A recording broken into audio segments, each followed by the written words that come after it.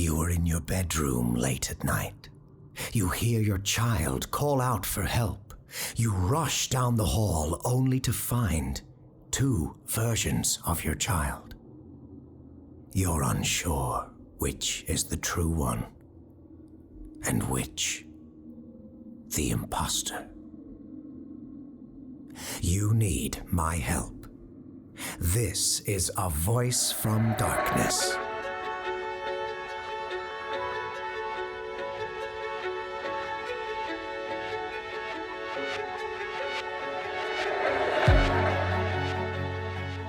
Hello, this is Dr. Malcolm Ryder, parapsychologist. As always, if you're experiencing anything supernatural, paranormal, unexplainable in any way, please call in. I'm here to help. While we wait for a call to come in, I have to say it is a gorgeous evening in Chicago. On my way into the studio, I got off the Brown line 2 stops early and walked the rest of the way. Oh, and we have a call on the line. Let's patch them through. Hello, caller, you're on the air. Tell us your name and the nature of the otherworldly situation you find yourself in. Rachel, my name's Rachel. There's people in my car. There weren't any before, but then they appeared. What do I do? What? What part of the country are you in? They don't look human. Their faces, they're long, pale. Their eyes, oh my God, their eyes. What part of the country are you in? Wyoming. Why does that matter? Listen to me carefully. Do not ask questions. Do not stop driving. Do not say another word unless answering a question from me. In your car are the Unwelcome Riders. You're on I-80, correct? Rachel, you can answer my question. Yes, I am. And you went through the Green River Tunnel. That's when they appeared in your car as you exited the tunnel. I went through a tunnel. I don't know the name of it. It's the Green River Tunnel. The Unwelcome Riders, they appear in travelers' vehicles, mostly people who are alone. I'm alone. I was alone. I'm moving across the country to Chicago, your city. I got a job offer there. Will I make it? Do not ask questions. If you ask questions, they will... Well, let's not talk about that. But yes, Rachel, if you listen to me, do as I say, you will make it to Chicago. It's a beautiful night tonight. You heard me say that earlier? It's going to be beautiful all week long. We'll get you here, safe, and you can see it for yourself. I'd like that. They're all making noises. Yes, I can hear them. You're lucky. There are 8 families of Unwelcome Riders, at least that we know of. The ones in your car, the Green River Tunnel family, is one of the least likely to follow through with their ritual. What's their... Do not ask questions. Do not ask questions. Do not exit the road you're on unless I tell you to. If you do either of these things, you're unlikely to make it to Chicago. Do you understand? Yes, but how do I... Tell me under what conditions they'll leave my car. A little over 20 miles from the Green River Tunnel is a tourist attraction called Little America. Have you seen signs? How far away are you? One of the ones in the back is stroking my hair. What do I... Tell me what to do to get it to stop. I don't know. I don't recall any of them exhibiting that behavior before. Give me a minute. I have written accounts in front of me. All known incidents involving the Unwelcome Riders. My hair is falling When it touches me, it's like my hair and skin are dying. Give me a minute, Rachel. Let's go to Today in Odd America while I review my research. Today in Odd America, we find ourselves in Delton, Nebraska, the year 2010. Delton, like many Midwestern towns, was dying. The young fled for bigger cities. Half the town was unemployed, the other half on disability or drug addicts. The community was in a state of despair until a stranger came to town. Yes, you've heard those words on this show before, and they nearly always denote the arrival of the traveling salesman. And this story, the story of Delton, Nebraska, is the last known sighting of that dark deal-maker. The people of Delton gathered in their town hall. They were told a man had arrived who had jobs for everyone who wanted one, well-paying jobs. The people of Delton liked this man. He stood before them in their hall. He was handsome, but not in the way of a Hollywood star. He wore a gray suit, but nothing too fancy. However, he was missing his left ring finger. The people of Delton did not know that this was a telltale sign, a warning that the man who stood before them was no man at all, but the traveling salesman, a monster if ever there was one. The traveling salesman told Delton that he represented a company. That company's name I do not know, but the company, he told them, had made a wondrous technological breakthrough, one that would change the way Americans worked forever. And they wanted to start with the town of Delton.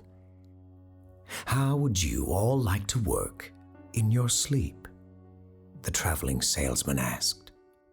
No fooling, he said. With our technology, we can put you to work in your bed at night.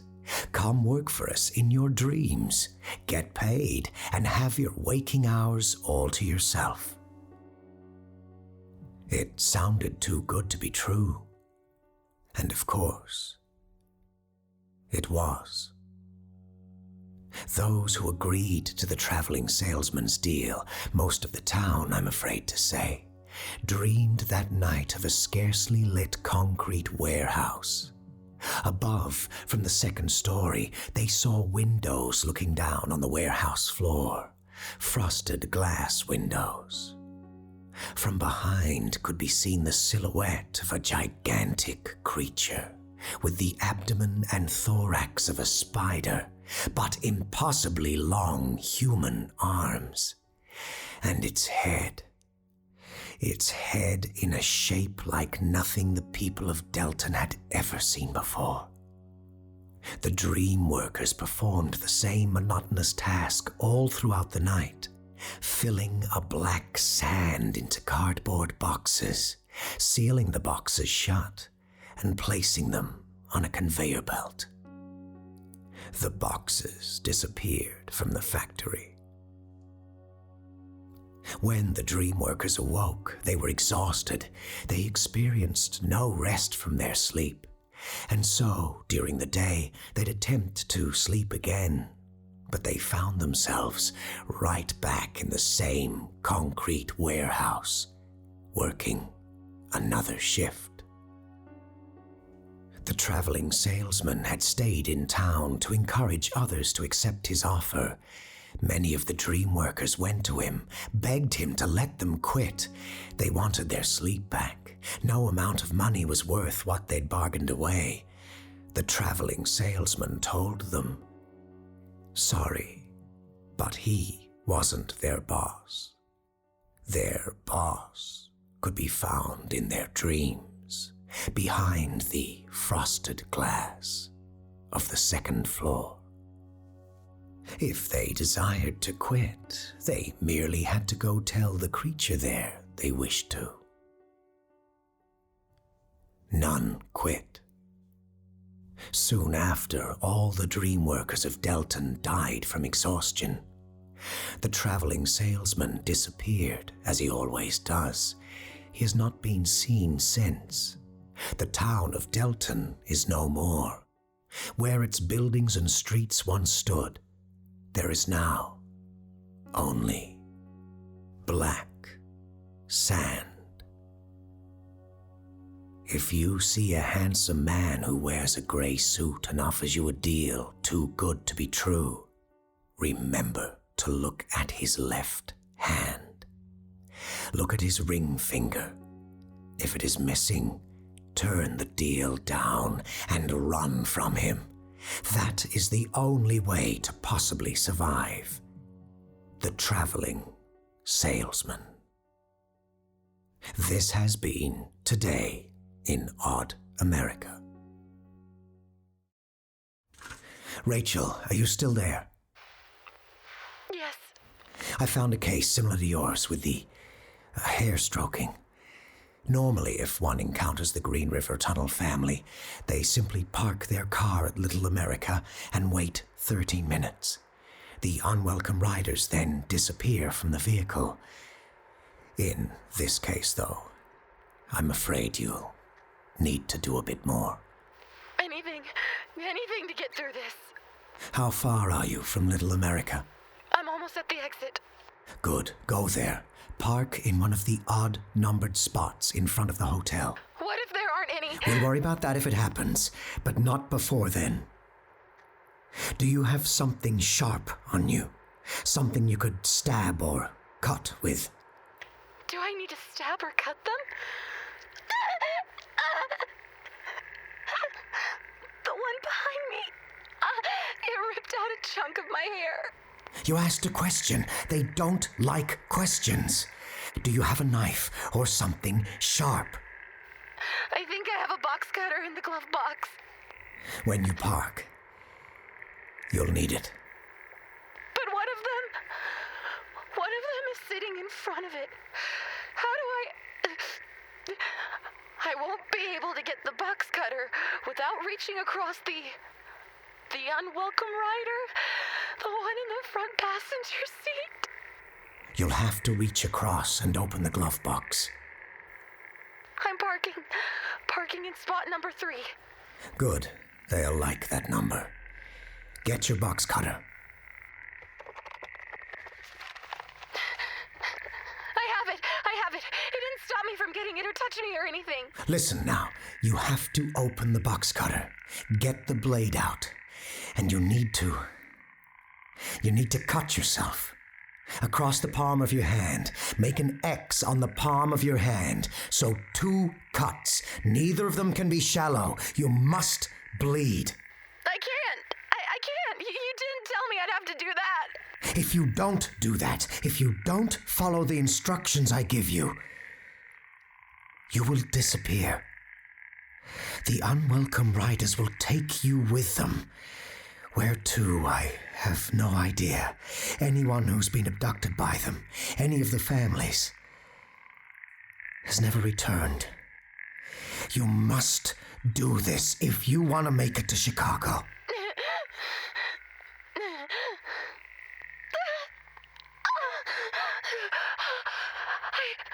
I did it. I cut myself. There's a bloody X on my right hand. Is that it? Rachel!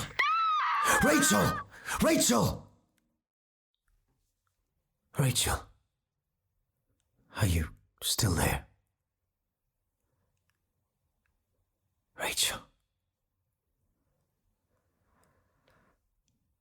You were so close. So close. Why did you ask another question? Why did you ask so many questions? You could have made it. You almost did. That's all for this evening. Please, if you're having any problems that are supernatural, paranormal. Call in next time on A Voice from Darkness.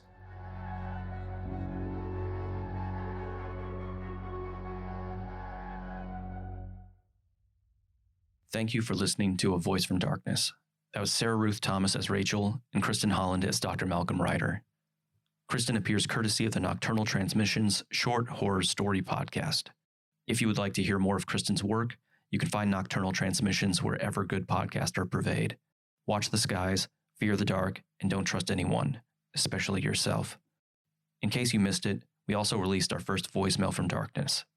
These are voicemails callers leave into the studio when Dr. Ryder isn't there. From them, you'll get flash fiction horror stories every other week, normally on weeks when we're not releasing full episodes.